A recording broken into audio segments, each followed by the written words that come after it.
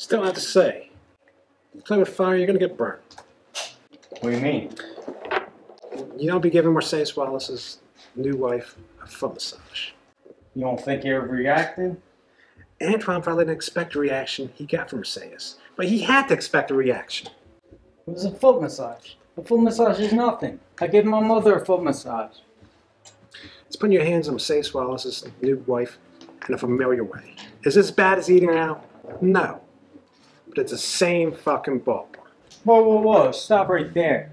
Eating a bitch out and giving a bitch a foot massage ain't even the same fucking thing. Not the same thing. The same ballpark. Ain't no ballpark neither.